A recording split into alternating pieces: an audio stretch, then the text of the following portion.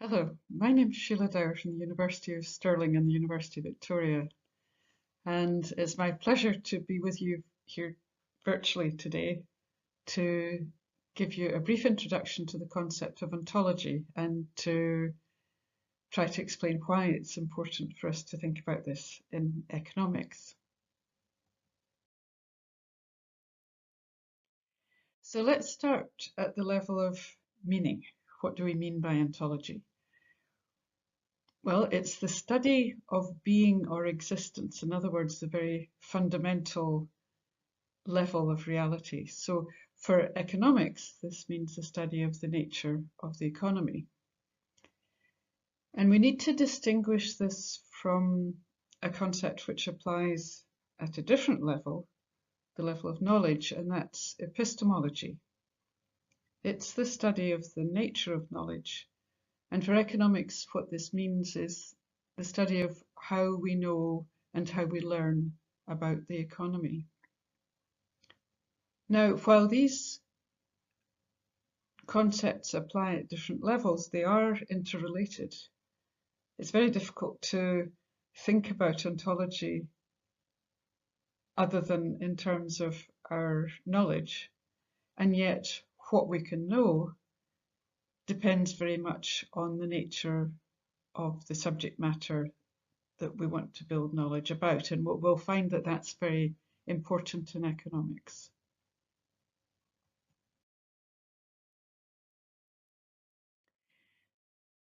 Now, the position called ontological realism is one that's been promoted by Tony Lawson at Cambridge and Uskalimäki at Helsinki. And it's the argument that economic analysis should focus at the level of what exists, at the ontological level, and that economists should be explicit about how they understand the nature of their subject matter. And this is important because the way in which we build knowledge, our epistemology, and then our methodology, the methods we should use, should follow from the way in which we understand the subject matter. Now, Lawson has made a particular argument about mainstream economics by looking at the methodology, which is what's known as a closed system methodology, and argues that this implies that the ontological position must be that the economy itself is a closed system in order to allow closed system knowledge. And this argument was required because mainstream economists don't explicitly spell out what their ontological position is. It's something that has to be teased out from the way in which they theorize. Now, mainstream economics is generally speaking realist, but it's realist in the sense of empirical realism, which means that reality is represented by the data that are used to test theory. And data are at a surface level of reality. Below that level, there's the level of experience, and below that level still is the underlying causal mechanisms behind that experience, which we can't access directly, but which, as theorists, we want to explore.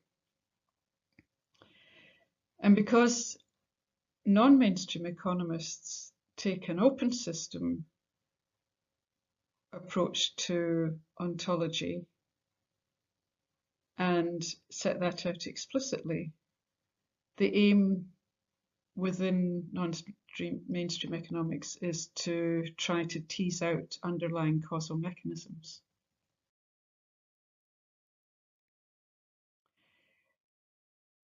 So what does this mean in practice for how theory is developed in response to real developments? And let's think about the 2008 financial crisis as a case in point. Now, if we start with the mainstream approach, it's addressing a real development with an epistemology which is geared to thinking in terms of closed systems. So the theoretical structure is based on a formal mathematical model derived deductively from a set of axioms which are taken to be true. And it's quite critical that a model is seen as representing a theory. So it's very common to have a macroeconomic model, for example, that produces a certain result, which is then immediately translated into a policy prescription.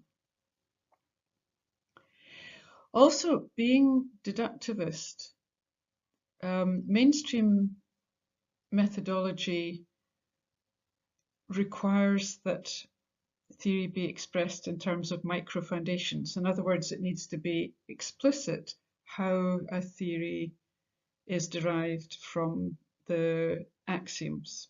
And in the case of economics, we're talking about the rationality axioms. And then the outcome of theory is tested against data. But the mainstream approach faced a particular problem, that the very existence of a crisis goes against the logic of the formal system. That system is based on the concept of equilibrium and depicts free markets producing an equilibrium outcome. In other words, it doesn't allow for crises. So how to explain the crisis?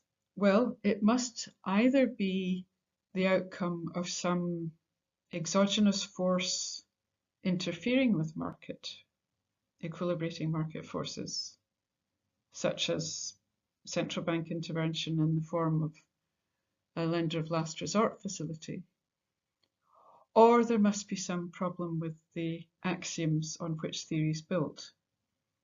And this latter approach is the one where new behavioral economists have been making their contribution, trying to amend the axioms to capture aspects of reality that emerge from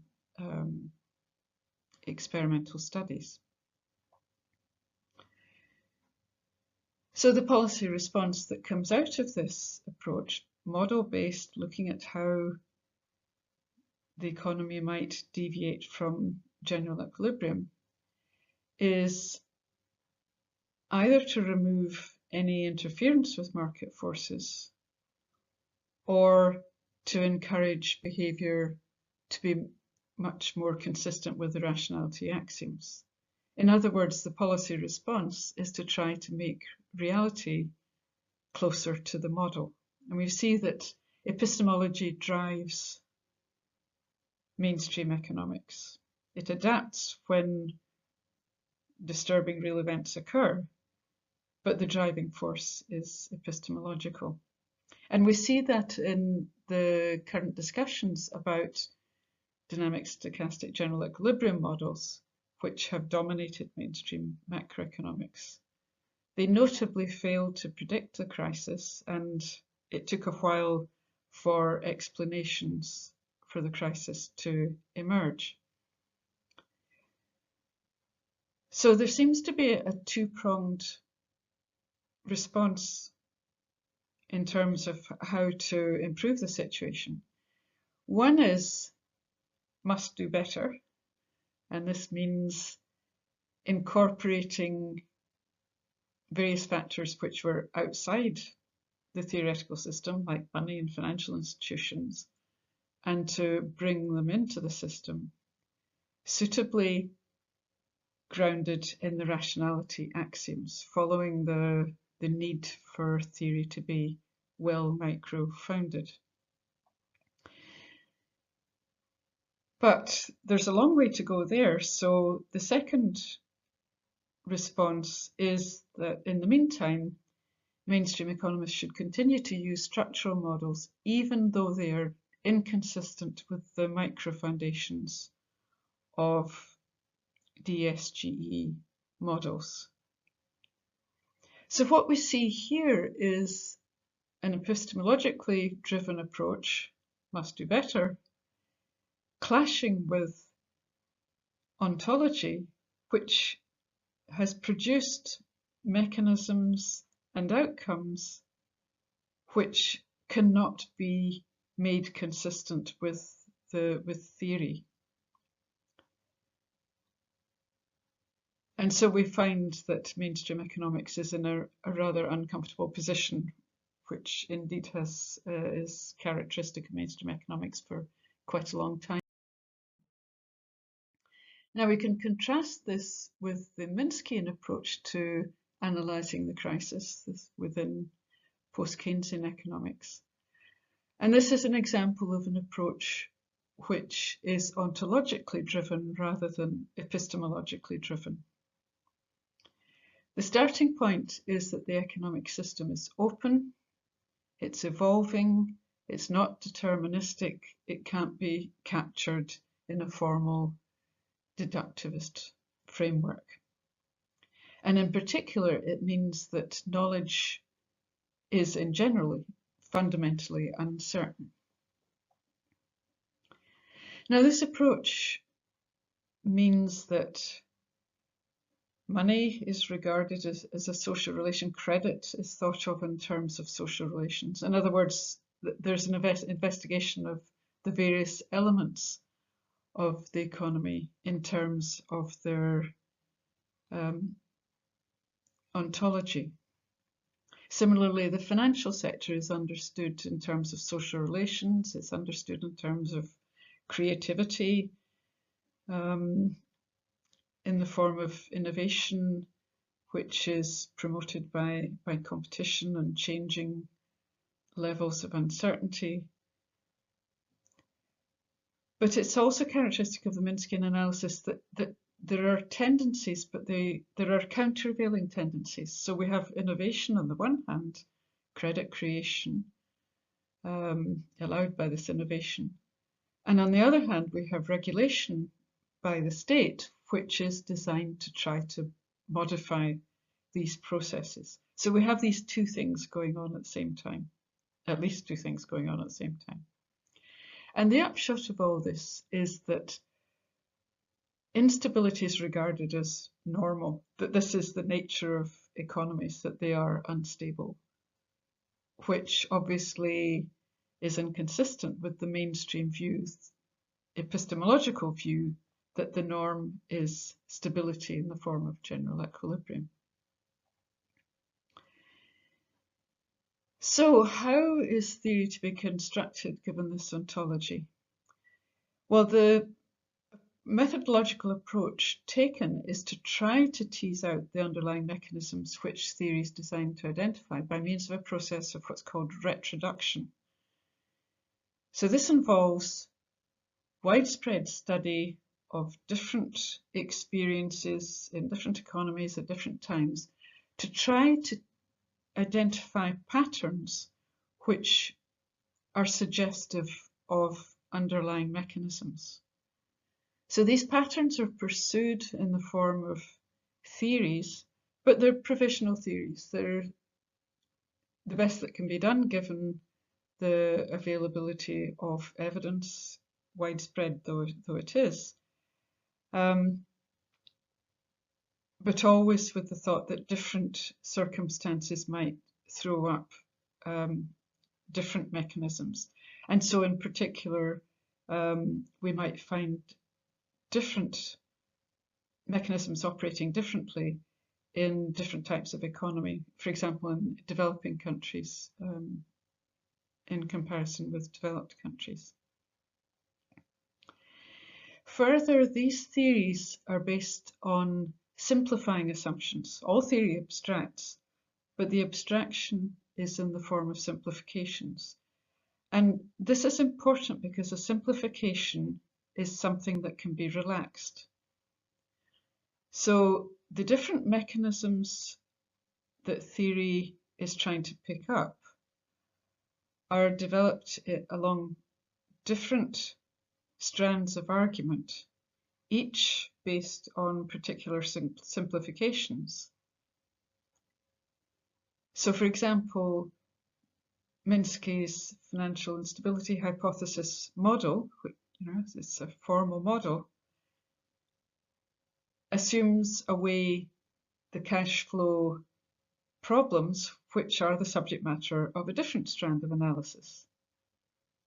But when we put the two together, it's straightforward to